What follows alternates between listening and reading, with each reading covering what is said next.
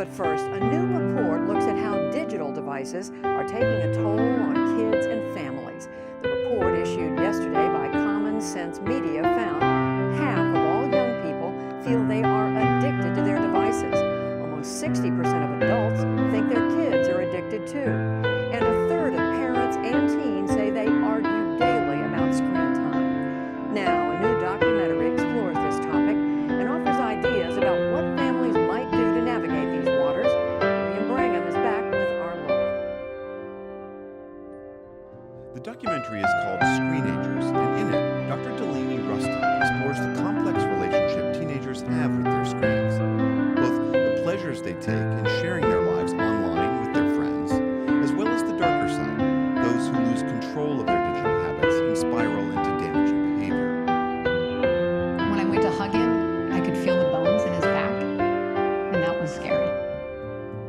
The film also looks at the latest research about the impact all this screen time has on the brains of young people. You have a brain that is wired for what in psychology is called seeking behavior, the kind of thing that a Google search gives you. Something new, something stimulating, something different.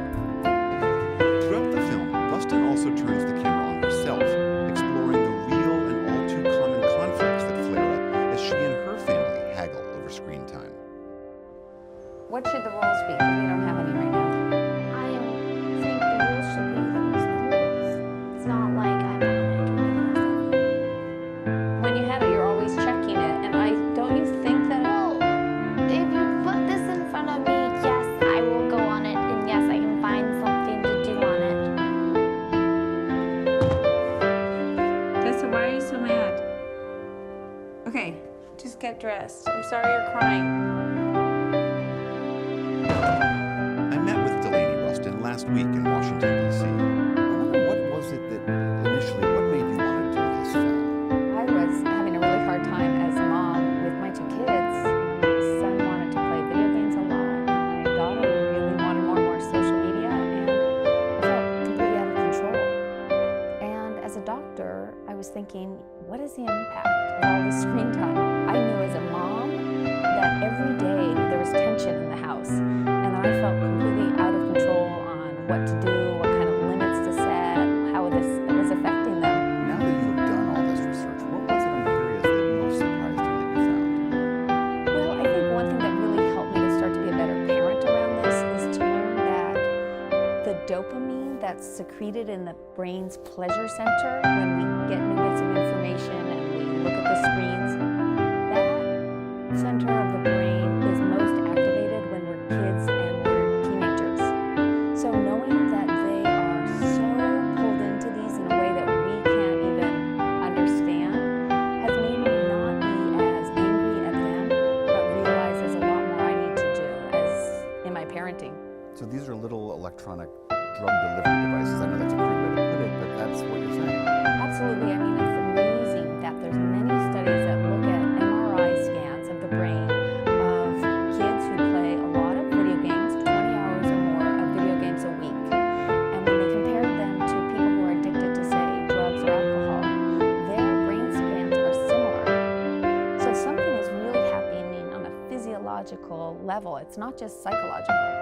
We exposed young minds to switching sounds and light. In the film, Rustin talks with researchers who are studying what multitasking, switching rapidly back and forth between digital devices, does to the brain function of mice. Afterwards, we looked at the effect on learning and found that the ability of these young mice to learn new things was very much compromised. It took them 3 times longer or more to learn how to go through a maze than the non-exposed young mice. We're exposing a whole generation of children to these rapid-paced media, and we have no clue what it does to the brain. And if it's the same as we see in the mice, then this is a very shocking news. I mean, does that kind of stuff terrify you, or do you think this research is not necessarily analogous? I mean, how are people supposed to process that information? You know, I think it's a question about how much we're giving kids potential in everything that they do. And to me, a big issue is about how much time they have with all sorts of skills that they're learning offline. Social engagement, competency, talking to people face to face. I think if we're giving them a lot of those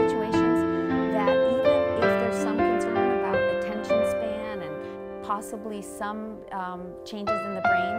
I think the humans are resilient enough, and already we're seeing people are not, dropping like flies from screen time. I don't think we're at a place yet where we need to be really alarmist. Let's say I'm a parent and I come to you and I say, I have a young kid, maybe a 10-year-old daughter. When should I get her a phone? What would you tell this girl?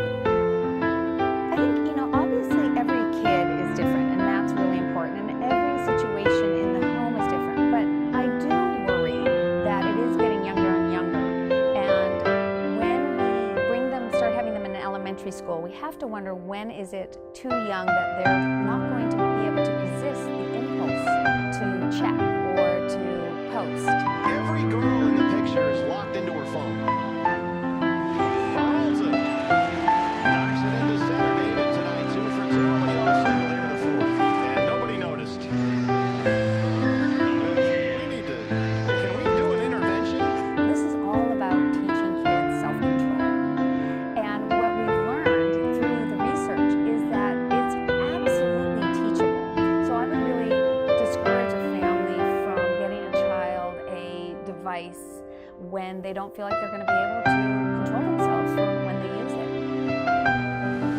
Kids are constantly distracted.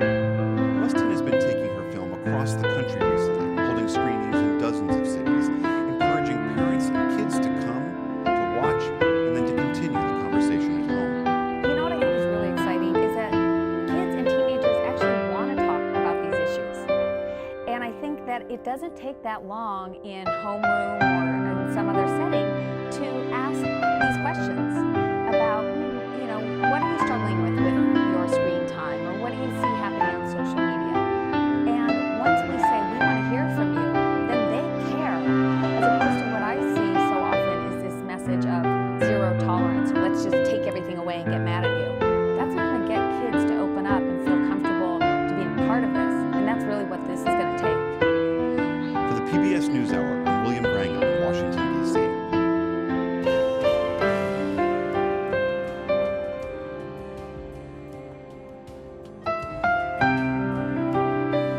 Tonight, kids and screen time, and we're talking solutions here because, as you probably know by now, teens spend around 8.5 hours a day on their devices, according to one study. That adds up 130 days a year just looking at a screen. But there are tools to slow or even stop the scrolling. CBS's Meg Oliver had 3 teens try them out.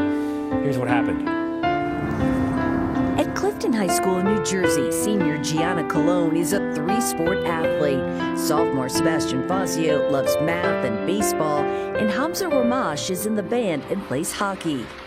3 productive students who also struggle with screen time. After you've been scrolling for a long time, how does it make you feel? It just makes you feel like drained. These students spend anywhere from 4 to sometimes 13 hours per day on their phones, with bedtime the biggest downfall. Sometimes when I went to bed, I watch for a little bit, but then I get like a little addicted. The algorithms on these phones are so strong. Is it possible for you just to cut down your screen time by yourself? No. For the next week, they agreed not to take their phones to bed and tried different tools to reduce screen time. We gave Cologne Brick, which blocks apps with a physical barrier you can leave at home. Ramash tried the free app Screen Zen, and we taught Fazio how to use Grayscale, which removes the color. Look up Instagram now on Grayscale. It's not like 3 days in, I've been doing other things like diamond painting. Focusing more on schoolwork, less distractions. I feel like I've been more energetic waking up. Hi. Hi. How was your week? 7 days later, How was it using Brick?